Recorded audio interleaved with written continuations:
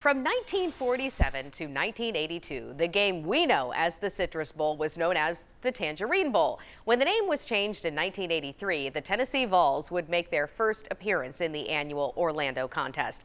WBIR digital storyteller William Winnett and 10 sports director Karthik Venkatraman give us a look into the time the Vols spent in the Sunshine State ahead of their big game. The Tennessee Volunteers were 8-3 going into their very first Citrus Bowl appearance in 1983. As were the team that they were about to play, the Maryland Terrapins, led by quarterback Boomer Esiason.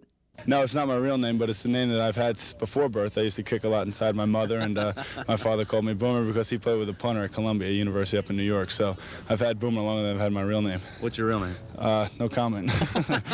According to Wikipedia, Boomer's first name is Norman, and he would have his hands full in the Citrus Bowl, with Vols defensive tackle Reggie White gunning for him. What about going up against Reggie White? Will that be one of the challenges of your season? Well, I'm sure it will be. Reggie is probably one of the finest defensive tackles we'll play all year. It's not something that we're not used to, so we're looking forward to the challenge. Standing in front of Oak Ridge High School, not the one in East Tennessee, the one in Orlando, Florida. It'll be the home for the Tennessee Volunteers this week while they get ready for the Florida Citrus Bowl. As coincidence would have it, the principal at Orlando's Oak Ridge High School was Vols coach Johnny Major's former teammate Bill Spoon.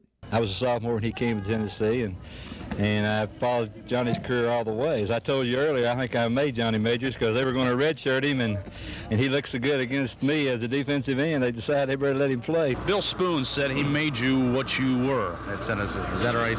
I don't know why he want to make claim to that, but if he wants to, fine. During their trip, the Vols spent their downtime at various theme parks the city had to offer. David, summarize the trip so far for us. Well, I haven't practiced any. I went to all the stuff, and I rode all the rides yesterday. The roller coaster and the dart was fun, but we shouldn't have ridden it right after lunch. And you got there and frolic with the Dolphins this afternoon? I don't like the Dolphins. I'm a Redskin fan. One of the big football fans in Orlando is Shamu, the killer whale, who of course is dressed up in the Christmas garb. Shamu, how's Tennessee going to do Saturday against Maryland? Fins up. What about the trip so far? You had a good time? Oh, yeah, real nice. Like a lot of players really enjoying themselves. I think seeing Shamu is probably the best thing I've seen since I've been here, not including the girls. What'd you like about Shamu so much? I like the way he was kissing the girls. Oh, is that right? I was wanting to do some of that myself. What, kiss Shamu, you mean? No. Oh, the girls. Thank you, Bob.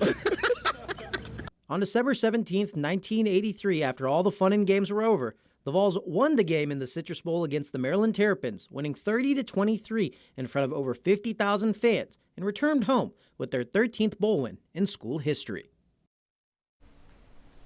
Well, since defeating Maryland back in 1983, the Vols have gone on to play in the Citrus Bowl 4 more times. Their only loss was to Penn State on January 1st, 1994.